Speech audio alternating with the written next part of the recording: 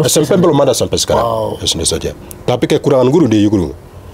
Setelah itu tahun 2018 sekolah-sekolah sudah ditutup karena konflik bersenjata. Oh, Ya. yang Jadi hari ini orang bilang Pak pengungsi yang ya pengungsi itu. luar biasa. Jadi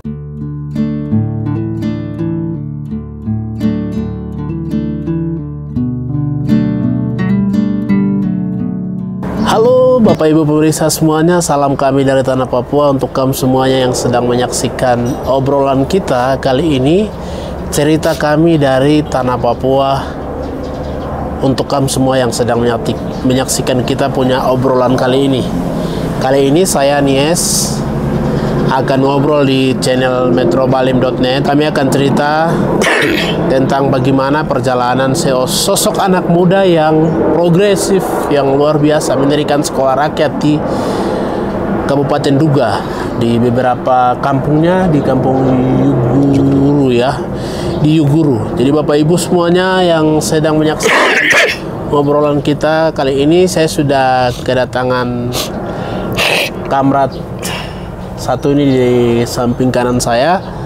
Salam hangat dari kami. Kami akan ngobrol bagaimana kondisi tanah Papua, bagaimana situasi tanah kami ini. Kami akan cerita kupas dari sudut pandang anak-anak muda Papua Pegunungan. Nah, ini dia. Halo bro, selamat datang bro. ya, Apa kabar? terima kasih sudah undang kami. Terima kasih Nenggam. Hormat. Wah. Warga netizen, mungkin bro menyapa dulu warga netizen teman-teman yang ada di seluruh penjuru bumi. Ya ini kan sosial media kan dia menjangkau secara global, jadi kawan menyapa dulu lah. Baik, selamat pagi kawan-kawan yang ada di Papua, di Indonesia dan di seluruh dunia. Ya. Hari ini saya sudah diundang oleh kakak Nies Tabuni. Nies Tabuni. Yap. Jadi saya senang bertemu dengan kakak Nies Tabuni. Dan saya pikir semacam YouTuber yang dibuat oleh kawan-kawan orang asli Papua ini harus didukung oleh pemerintah, karena Betul. persoalan Papua ini hanya orang Papua yang bisa memberitahukan sejarah luas, sejarah demokratis kepada kawan-kawan di seluruh dunia. Betul. Itu saya pikir itu. Terima kasih bro, luar biasa sekali, kawan sekali. Saya sangat terinspirasi dengan beberapa obrolan kawan di beberapa teman-teman di waktu kawan kuliah. Siap. Sampai dengan ada karya-karya yang sedang kontroversial hari ini, sedang viral. Mungkin negara dapat prank ya. Itulah negara. Bapak Ibu, ini semakin kesini semakin banyak masalah yang sedang terbungkam. Negara sedang dilema. Banyak hal sedang dibatasi oleh karya-karya anak bangsa sendiri. Kami akan cerita. Saudara saya ini dia sudah membuat satu karya yang luar biasa. Namun kita akan kembali ke flashback dulu. Cerita masa lalu, bro. Masa lalu di kampung halaman. Bagaimana perjalanan pendidikan, kondisi pendidikan di sana dari kawannya. Tempat diduga mas sana di Yuguru. Apakah sekolahnya sama dengan kota atau tidak? Lalu berpikir bahwa saya boleh sakit, tapi jangan sakit dengan pikiran-pikiran saya. Ya, untuk menyampaikan kepada dunia luas, kepada teman-teman untuk persoalan dan situasi di tanah saya. Ya. Jadi hari ini saya datang, jadi terkait dengan soal bagaimana pendidikan di daerah saya di Yuguru. Ya. Jadi dulu memang belum ada guru dan juga gedung-gedung sekolah. Itu sekitar tahun 2000-an sampai dengan tahun 2006-2007 ya. Itu belum ada guru-guru dan belum ada gedung sekolah. Jadi waktu itu saya memutuskan untuk sekolah di Mapenduma. Karena di Yuguru kan belum ada sekolah. Ya. Dari Yuguru ke Mapenduma itu berapa jam? Itu hampir satu hari. Oh, ya. 1 hari jalan kaki? Ya, jalan kaki. Wow. Ya, keluar sekitar jam 5 pagi, itu tiba jam 3 atau jam 4. Ya, tergantung kecepatan ini. orangnya. Ya tergantung kita cepat atau lamanya. Orangnya. Bamanya bawa kan tidak kalau perjalanan? Harus bawa untuk makan di dalam itu. perjalanan kan, pertengahan jalan. Luar biasa. Ya, jadi saya selesai SD JPPG Mapeduma itu tahun 2012 mau masuk 2013 ya. Saya selesaikan. Dan Mapeduma itu juga saya lihat hanya satu guru. Itu Pak Timias Korea. Jadi dia sekarang di sini, di rumahnya di sebelah sini. Di Wamena sekarang? Ya, di Tolikara sini. Oke. Ya. Jadi saya lihat dia luar biasa. Dia bisa menguasai semua mata pelajaran itu. Mengajar dalam matematika, 6 kelas? 6 kelas dia sendiri. Wow. Selama 27 tahun. Luar biasa. Dia mengajar semua. Jadi saya heran. Kenapa dia harus... Bukan kenapa, tapi dia menguasai semua itu materi pelajaran yang pelajarannya itu. Lalu, karena saya sudah datang di mau melanjutkan SMP kan, lalu saya masuk di Jayapura SMP YPK Endam Panangbulan. Itu kalau satu guru sesuai dengan profesinya, dalam arti matematika berarti dia harus mengajar matematika, tidak perlu mengajar yang materi yang lain. Ya. Tapi Pak Guru ini luar biasa, dia mengajar semua itu. Jadi dia sendiri yang menjadi kepala sekolah, dia sendiri juga menjadi guru itu, guru pengajar. Wow, ya. Luar biasa. Jadi saya lanjutkan sekitar tahun 2014-an, lalu ada sekolah di Juguru. Ya. Ya. Itu apa, SD, SMP? SD saja. Oh, SMP belum ada sampai sekarang. Wow. SD saja. Tapi kekurangan guru di Juguru. Setelah itu tahun 2018 sekolah-sekolah sudah ditutup karena konflik bersenjata. Oh, ya. Jadi yang hari ini orang bilang Pak pengungsi yang... Ya, pengungsi itu. Oh, luar biasa. Jadi setelah saya selesai kuliah, saya pulang ke kampung halaman. Saya melihat anak-anak sudah besar, tapi mereka belum bisa baca, belum bisa menulis itu. Ya, atas dasar itu saya dengan teman-teman bergerak hati untuk mendirikan sekolah rakyat di Juguru. Luar biasa. Itu tahun 2024 kemarin kami. Luar biasa visi mulia, bro. Hormat. Sampai sekarang masih bergerak? Masih. Ya. Dalam menjalankan sekolah rakyatnya apa saja kendala, apa saja yang dialami oleh teman-teman dengan jarak yang jauh sekali dari perkotaan? Ya, ini soal transportasi juga kami kendala. Ya, untuk mengantar semacam buku-buku atau bolpen untuk kebutuhan anak-anak di sana kan. Jadi kami pernah membawakan buku-buku itu jalan kaki. Saya sudah ke sana sekitar 6 kali. Ya, 6 kali. Kami biasa bawa buku-buku lewat Laniaya, lalu masuk di Kiawagi, kemudian lanjutkan ke Juguru. Wow, itu berapa hari? Sekitar 3 hari lalu sampai. Wow, luar biasa, bro. Iya, itu saya pikir tidak mungkin orang-orang lain, semacam orang-orang Jawa atau orang-orang lain, bangsa lain jalan kaki. Hanya kita sendiri yang bisa mengerti kondisi. Karena kami yang lahir di sana, kami yang mengerti persoalan daerah di sana. Jadi kami mencintai itu. Tuh, luar biasa. Walaupun jalan kaki. Luar biasa, bro. Yang saya lihat ini sampai hari ini masih sentuhan pemerintahan bagaimana lewat kampung di sana dengan adanya konflik apa, dari sebagai tokoh muda sendiri kawan menilai bagaimana? Apakah sudah... Saya secara pribadi saya tidak pernah percaya dengan pemerintah, ya. Okay. Karena pemerintah itu kan bagian dari negara. Negara yang dia memberikan kepercayaan untuk melanjutkan sistemnya atau program-program yang dibuat oleh pemerintah pusat. Jadi mereka ini hanya menjalankan tugas, tugas yang diberikan oleh negara. Jadi kalau saya melihat pemerintah daerah untuk melihat persoalan-persoalan terutama konflik bersenjata. Ini sejauh ini mereka belum punya inisiatif untuk mengambil langkah-langkah untuk menyelesaikan persoalan konflik ini. Ya. Ya, paling tidak tarik militer dari Tarik daerah-daerah militer, ya. itu ya. Pendidikan saja mereka tidak perhatikan. Bagaimana mau menyelesaikan konflik bersenjata ini kan persoalan. Iya. Konflik bersenjata ini kan ini bukan soal semacam, kalau persisnya bukan soal minta pembangunan uang dan lain-lain, tapi ini soal menyangkut ideologi. Iya.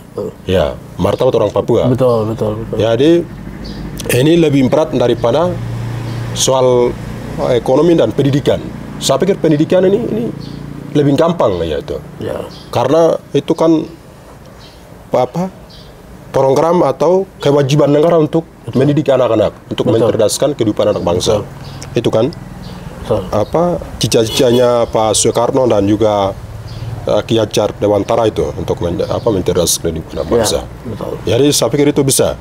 Namun sampai hari ini pemerintah daerah belum pernah perhatikan soal nasib generasi anak bangsa. Ya. Sampai hari ini banyak anak-anak yang tidak sekolah ya. Tidak sekolah. Luar biasa. Saya hanya melihat di daerah saya, daerah Yuguru itu saya mulainya tahun 2018 itu. Ya. Itu mereka belum mendapat pendidikan. Wow. Itu bukan hanya mereka, tapi beberapa daerah yang pengungsi masuk di daerah Yuguru, semacam dari Moge, dari Mapenduma, itu juga mereka punya nasib terlantarkan. Ya. Nasib dalam hal untuk mendapatkan pendidikan. Ya, dengan kondisi perpanjangan konflik ideologi, betul. Ada pergerakan kombatan di hutan, dan juga ini mengorbankan generasi ini. Betul. Ya. Jadi apa saja solusi yang Anda sebagai anak muda kawan mau sampaikan kepada pemerintah Indonesia? Itu saya pikir semacam kawan-kawan TPMPB dan TNI Polri itu harus mematuhi aturan perang. Dalam hal ini adalah perang hukum humaniter internasional, supaya jangan terlantarkan nasib generasi anak bangsa itu. Betul. Jadi semacam kami mengetahui bahwa beberapa daerah itu kan tempat-tempat pengungsi, tempat-tempat pengungsi masyarakat ini. Sampai hari ini masih? Masih. Jadi itu pemerintah bersama pemerintah daerah bersama pemerintah pusat itu harus memiliki, ini kan berbicara solusi kan? Ya, memiliki semacam kebijakan-kebijakan. Ya. Lalu pengungsi ini bukan hanya tempat pengungsi, tapi juga membuka tempat-tempat belajar anak-anak, supaya anak-anak ini tidak membiarkan nasibnya itu. Ya. Jadi saya pikir untuk kemajuan suatu bangsa itu adalah orang-orang yang memiliki ilmu pengetahuan. Bagaimana Indonesia mau maju kalau generasinya tidak bisa baca, tidak bisa menulis dan lain sebagainya itu. Jadi saya kira itu solusi untuk pemerintah juga. Luar biasa, bro. Dengan case ini kita kembali ke masa kuliah. Siap. Saya lihat waktu kawan di kampus itu ada menulis satu karya yang luar biasa. Kenapa kawan bisa menulis buku itu? Karena itu sedikit viral di sosmed, semua viral tuh. Saya bangga sekali. Siap, terima kasih. Anak muda yang bisa menceritakan yang sesungguhnya yang terjadi di tanah Papua. Itu apa yang mendorong kawan bisa menceritakan? Siap. Saya pikir untuk menulis buku atau semacam artikel-artikel itu tanpa ada tujuan, tapi ada tujuannya. Tujuannya adalah untuk memberitahukan kepada dunia luas, tentang kondisi di Papua. Kondisi yang kami alami, baik secara melihat dari mata, mendengar, dan juga kami mengalami sendiri. Betul. Itu termasuk apa yang dialami oleh bangsa kita, kawan-kawan kita, orang tua kita, dan lain sebagainya. Betul. Jadi kewajiban kami sebagai orang-orang terpelajar itu harus memberitahukan kejadian-kejadian itu, fakta-fakta itu, kepada kawan-kawan lain yang tidak mengetahui tentang kami. Betul. Agar mereka bisa mengerti dan memahami melalui karya-karya kami, semacam buku-buku itu. Jadi hati saya bergerak untuk menulis buku ini, ada banyak motivasi. Itu dari Dr. Sokrates Sopianyoman. Saya pernah baca bukunya Bapak Dr. Sokrates Sopianeman itu sejak SMP itu. Luar biasa. SMP. Luar biasa. Kita minum air dari sumurnya sendiri. Itu saya sudah baca sejak SMP. Dan saya mulai tertarik menulis buku itu dari kawan-kawan Indonesia juga.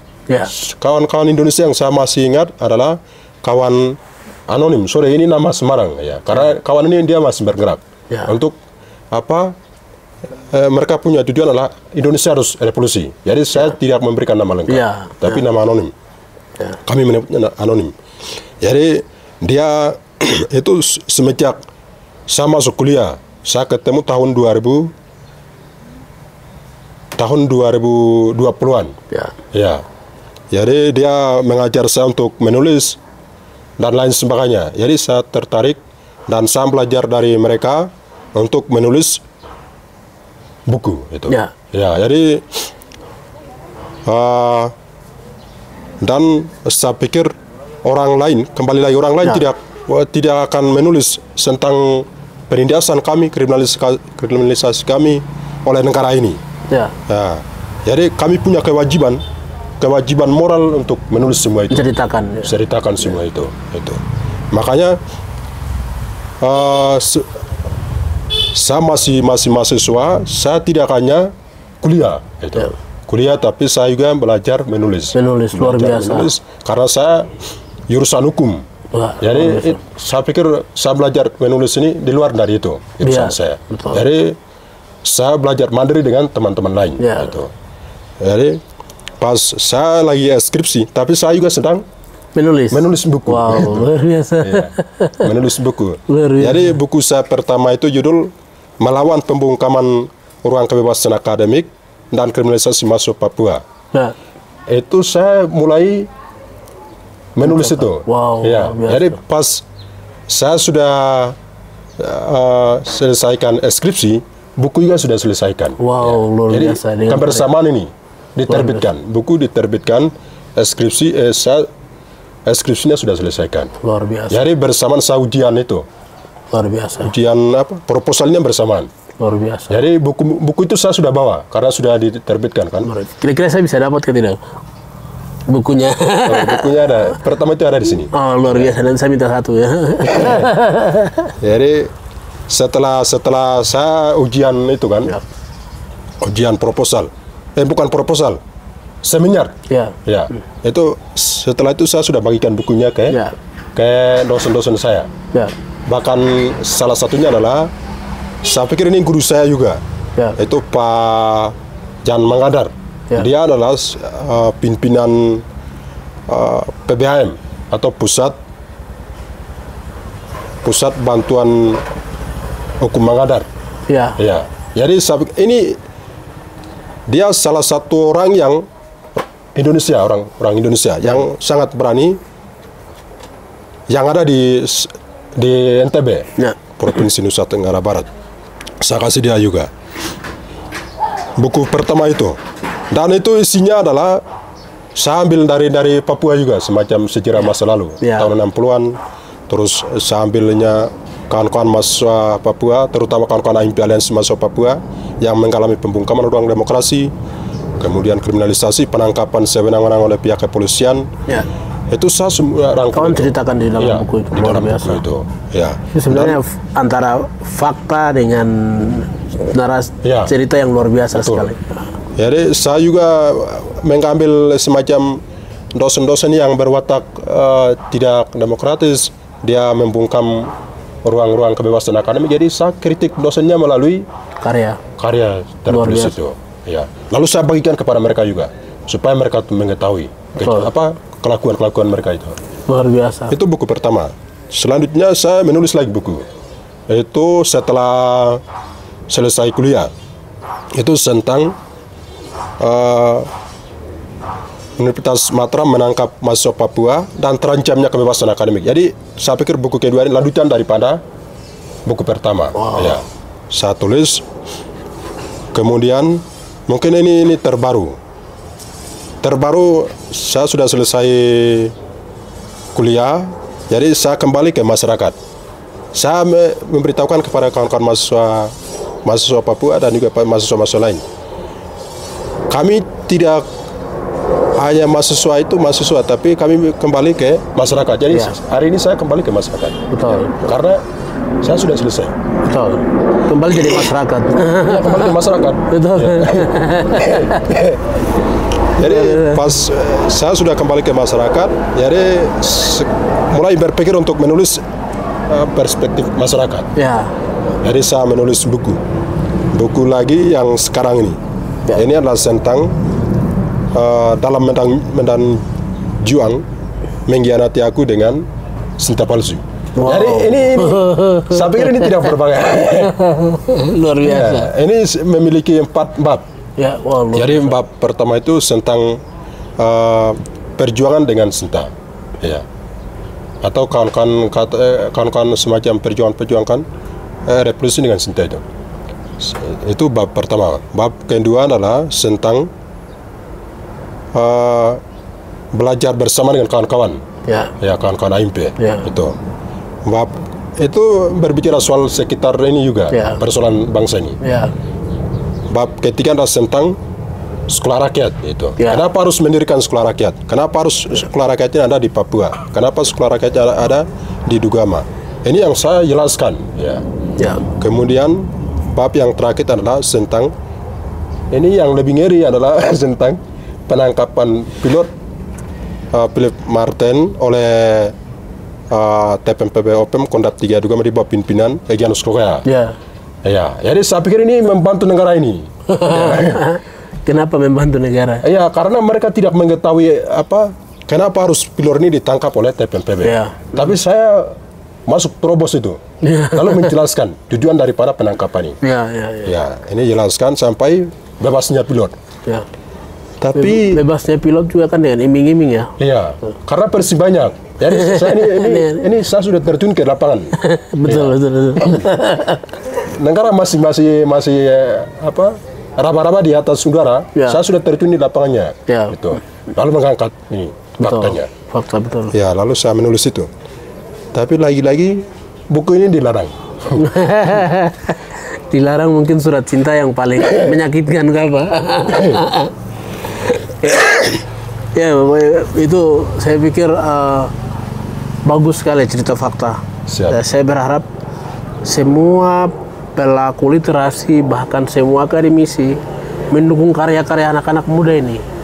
Dan bahkan buku yang kawan tulis ini kan bukan kita anarkis, tapi kita mengedukasi kondisi situasi yang ini supaya orang-orang di luar dari Papua ini mereka bukan capnya hanya serta-merta lihat hanya banyak itu isu yang keluar, kita yang cerita sesungguhnya itu kan luar biasa begitu.